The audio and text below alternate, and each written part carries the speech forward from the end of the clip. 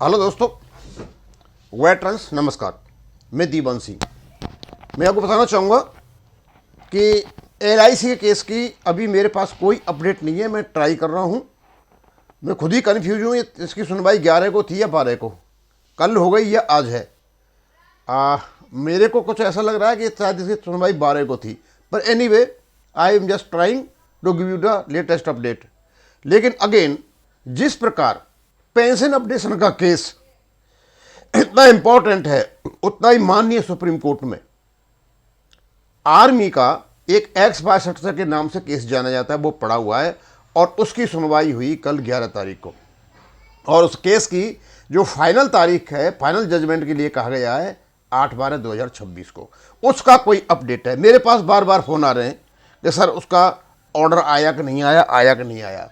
तो मेरे पास अभी सुशील कुमार चौधरी जी ने फ़ोन किया कि उसका जो ऑर्डर है साइट पर, यानी सुप्रीम कोर्ट की साइट पर अपलोड हो चुका है। अब ये जो केस है, इसमें मेन जो पिटिशनर हैं वो तो एयरफोर्स वाले हैं और सुशील कुमार चौधरी अदर्स इसको लीड कर रहे हैं। उनके साथ में 4 केस और हैं, एक 1324, 126 और 391, और एक केस भी और 4 केस और इसके टैग हो रखे हैं। और इसमें क्या आदेश आया, मैं केवल आदेश को पढ़ूंगा। इसमें हल्का सा यहाँ पे मैंने रिट पिटीशन भी ले रखी है, लेकिन उसकी जरूरत नहीं है, हमें तो आदेश से मतलब है, रिट पिटीशन तो उसमें रहती है। Upon hearing the council the court made the following order. अब जो ऑर्डर उन्होंने बनाया, उन्होंने जो इनकी पिटीशन है उसके साथ में इसमें लिखा हुआ है कुछ, उसके साथ बनाया है चारों के चारों जो ये केस मैंने अभी इनके पास बताया था। अब क्योंकि इतनी जगह नहीं होती है, सारा 5 पेज का ऑर्डर है, हम इसको यहाँ रख दें। हम सिर्फ वो बताना चाहेंगे जो कोर्ट ने आगे के लिए आदेश दिया है। क्या दिया है? That when the matter was taken up for hearing, Mr. N. Venkataraman, the learned ASG, brought to our notice that the reply of the Union of India is ready and the same shall be placed on record at the earliest। ने कहा कि जो अभी तक भारत सरकार ने कोई reply नहीं दिया था, ऐसे ही टरका रहे थे, तो कोर्ट में उन्होंने कहा कि हमारा रिप्लाई तैयार है और हम जल्दी से जल्दी दे देंगे।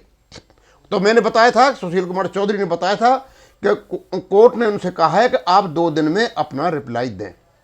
उसके बाद 1 copy of reply shall be serve to the learned counsel appearing for the petitioners at the earliest. और साथ का 1 कॉपी हम काउंसिल को भी दे देंगे।